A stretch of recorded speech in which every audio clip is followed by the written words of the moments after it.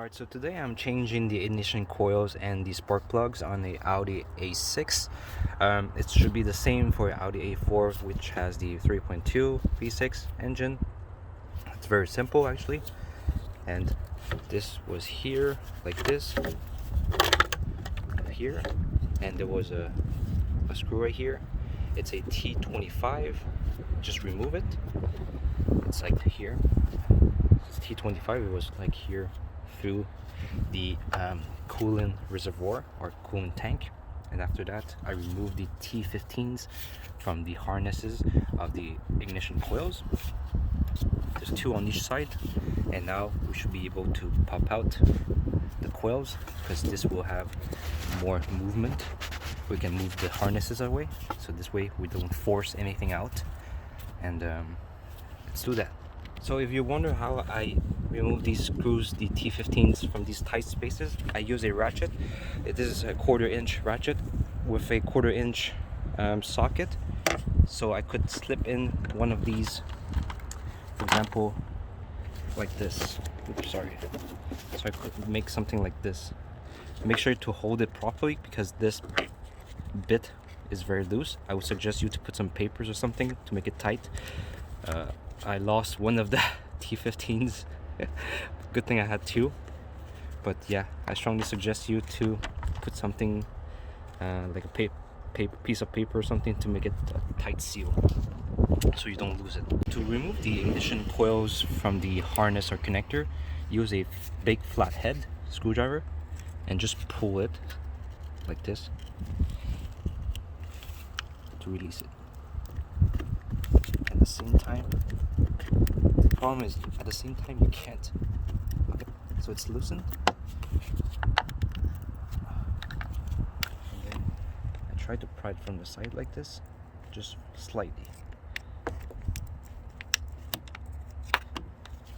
Sorry, I'm trying to do this by one hand and film it at the same time. I do not have my camera. Okay, you see? So you just push this down. Words, do not use too much strength because these are plastics, and I would say they're not heavy duty plastics. This one is already broken, so it's not my fault. Okay, so after disconnecting each connector, I just moved this aside to make some spaces. These ignition coils are like in the very similar. These are probably the R8 ones, even though I'm not wrong, because they don't have any thing to clip on. So these two, I had to use a pry bar like this. Just pry it very gently, like this, and it will come out. This one I did not use a pry bar because I could have used my hands. But these two deeper, I had to use a pry bar. It really helped. If you want, you can, put some tape around the pry bar so you don't damage the valve cover or anything. But with just a bit of pressure and a bit of strength, you shouldn't be able to destroy it. Seems like this one we might have to remove the intake hose right here, hose or tube, whatever. Sorry. And so we can make space for the ignition coil to come out. This side, all we had to do was move the coolant reservoir or coolant tank away, tuck it away, and we will have some extra space.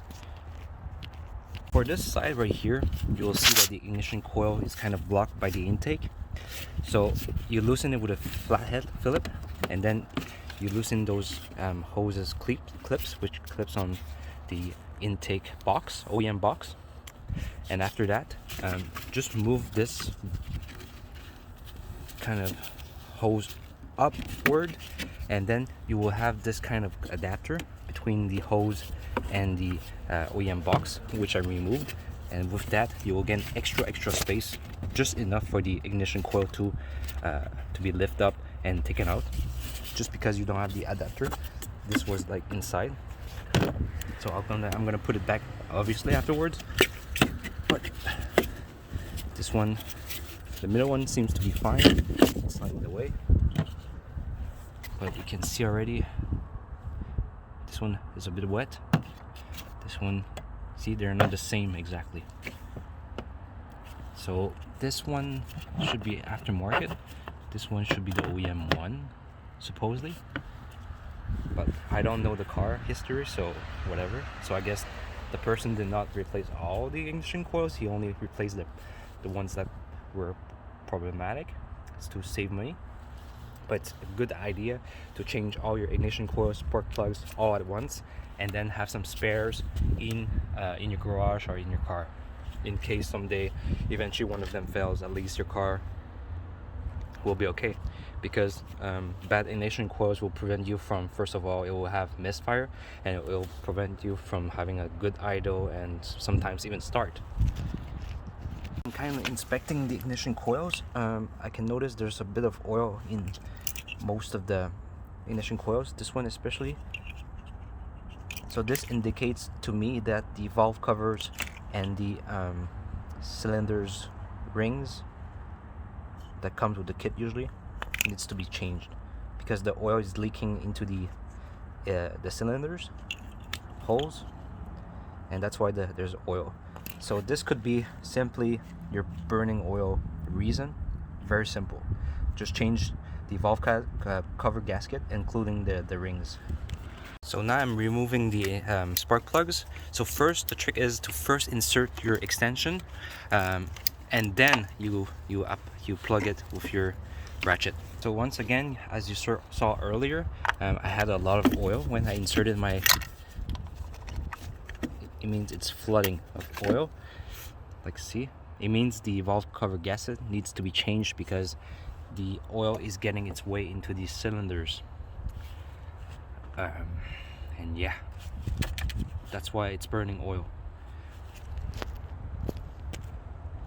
So earlier I was talking about the oil getting into the cylinders of where the spark plugs are located. You can see the sips of oil in each of the cylinders. Oh, sorry. Here, you see it? There's like oil from the valve cover gasket. It's all wet to the cylinder. This one here also. And I'm gonna check this side. Yep, see all this oil? It's just coming inside the cylinders. The reinstallation is the reverse process. You just throw each brand new spark plugs back into each cylinder, and then you're gonna reinstall the spark plugs. The ignition coils. Either you install the new ones, or like me, or you reinstall the old ones, and then try to push as hard as possible with 2 thumbs. I use 2 thumbs to make sure, and my body weight to ensure that each ignition coil is properly inserted. And after that, well, you will see that the harness for the ignition coils goes in 3 at once, and make sure you pull from here into each coil to ensure that each ignition coil is properly seated with the connector. You will hear a kind of click. That means it's properly connected. That's if your connector is not broken from the latch right here. So all these are properly seated, and you will notice also that the T15 right here aligns perfectly. That tells you that each connector has been successfully well seated and well mated. Oops. Oops. So I hope it helped you guys save some money, and it's pretty easy to do it yourself. Just need an hour or 2 of your time. I would say maybe an hour and a half if we want to take this, relax, and have a nice beer at the same time. But thank you guys for watching, and if you like this video, like it, and if it helped you, please like it as well, and subscribe maybe to get more tips and videos. Thank you guys for your support, and thank you guys for watching.